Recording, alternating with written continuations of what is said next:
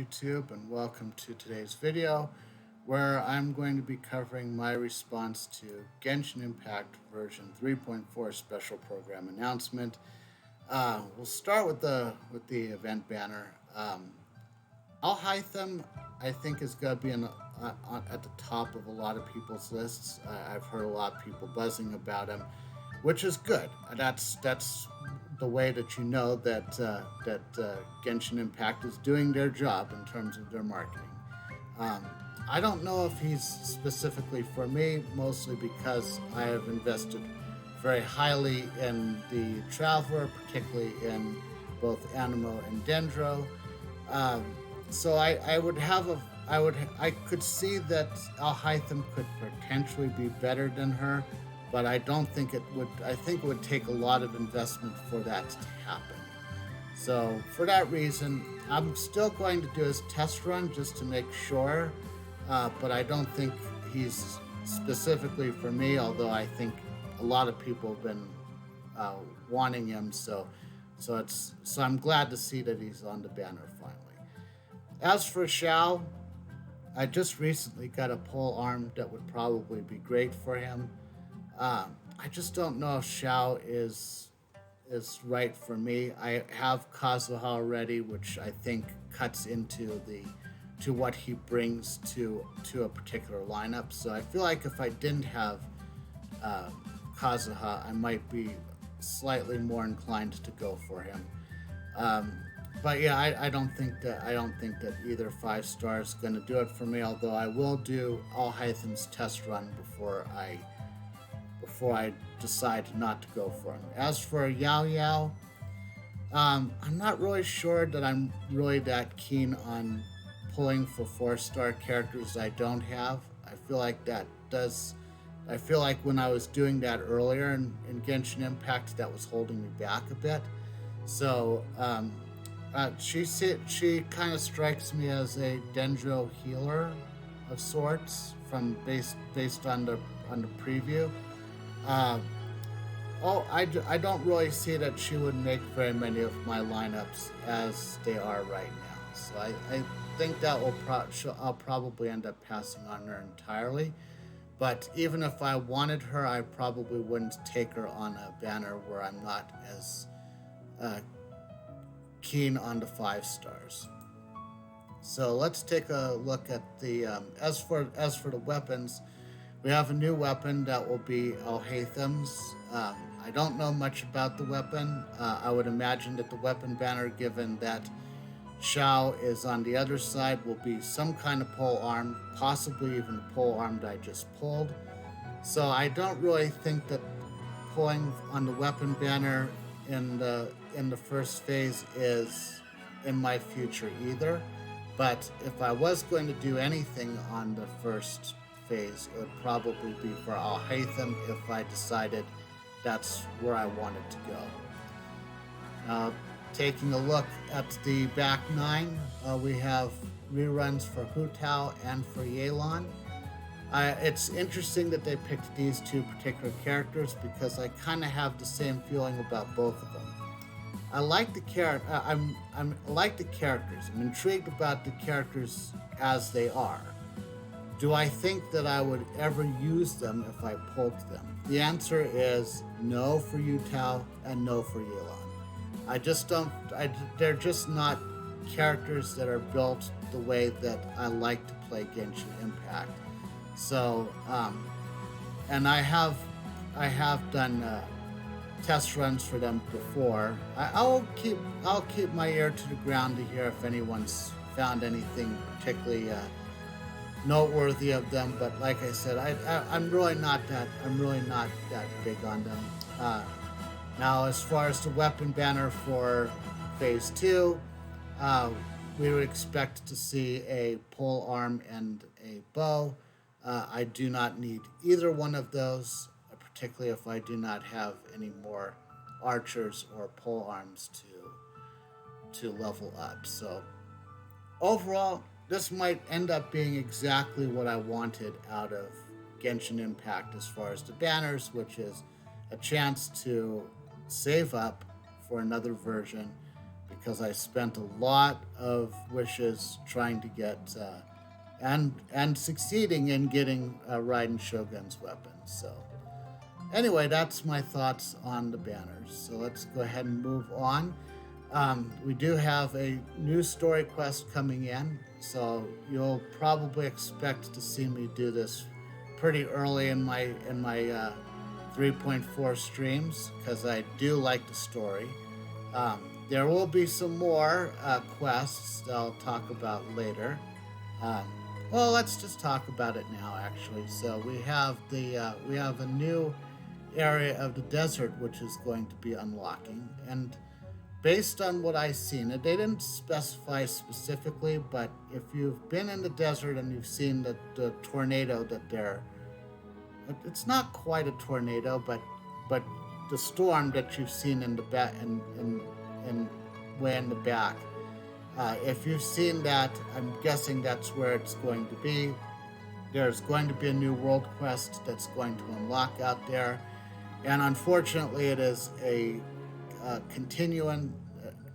It continues off of the Golden Slumber quest, which I have not finished, and unfortunately, I think that the special program announcement did spoil a little bit of what happens at the end of of Golden Slumber. It's not bad if I think if it is what I think it is, but yes, just be aware that if you want to explore this area, you probably should be caught up with the Golden Slumber quest line, which I believe I'm about halfway done, and I will resume that on my Genshin Impact stream on Tuesday. And somewhere out there, there's a new boss. I believe it's in the new area of the desert. They didn't cover this a lot. I don't know. My first thought is that this is just a Dendro version of the snake that we see in the chasm, which I don't know. Part of me was a little bit disheartened to see something that is so similar to something that we already have. But on the other hand, it's not like we don't have all kinds of hypostases and all kinds of the flowers I'm forgetting the names of. So maybe it's not as bad as what I originally thought, but yeah, I don't know. I will probably seek that out, but there are bosses that that have been released that I haven't played yet, simply because I don't have any need to do so. So we'll see how it goes. Well, so now we get to the flagship event, which is the Exquisite Night Chimes, which is going to be the Lantern Festival again. Obviously, this is going to take place in Liyue. We'll probably use a lot of the new characters. Yao Yao is from Liyue, so I would imagine this will include her as well. I'm obviously going to do this. These events are always good. I do like that they're mentioning that we're going to get talent level up materials, because I need that for just about all three of the versions that are in Liyue right now. So, but yeah, Crown of Insight, character ascension materials, which Primo Gems, all the other normal stuff. Nothing particularly fancy, but it's the Lantern Rite. I think people will like it just because it is. And once you've completed it, you get to invite a character of your choice from Liyue. Obviously, limited to just 4-star options. So if you're looking for Yao Yao and you don't want to pull on the character banner, know that she is an option here if you wanted to unlock her this way and just be satisfied with a C0. I could try to pretend that there's a big decision ahead of me. Now, obviously, some of these are already C6 for me, so I wouldn't be pulling for Yanfei or for Ningguang, but let's be clear. here. I'm going to use this on Xinyan. That would get her up to C4 without me having to worry about being lucky on the character banners, which for her, I really haven't been as much as some of the other characters. So, but yeah, it would be unlikely, very unlikely that I would use it on anyone else at this point. So, we've got two events in Azuma, and this one is going to be the Onikabuto beetle fight, where it looks interesting. I think it will be. I we just had Arataki Ito not too long ago, so I'm kind of unsure whether I'm really whether I want him like immediately or not. I mean, obviously, if they're going to do this, he's got to be involved in some way. In fact, it basically says the Arataki gang in the announcement. So yeah, the rewards are what you'd expect. Talent level up materials, I'll take those in all the time. But yeah, it'll be fun. And then the other one is Warrior Spirit, which I was writing a bunch of notes trying to catch up, trying to keep up with things. It was 5 o'clock in the morning in Colorado when this thing started. So this looks like it's going to be arranged by Ayaka, who is going to get a new costume.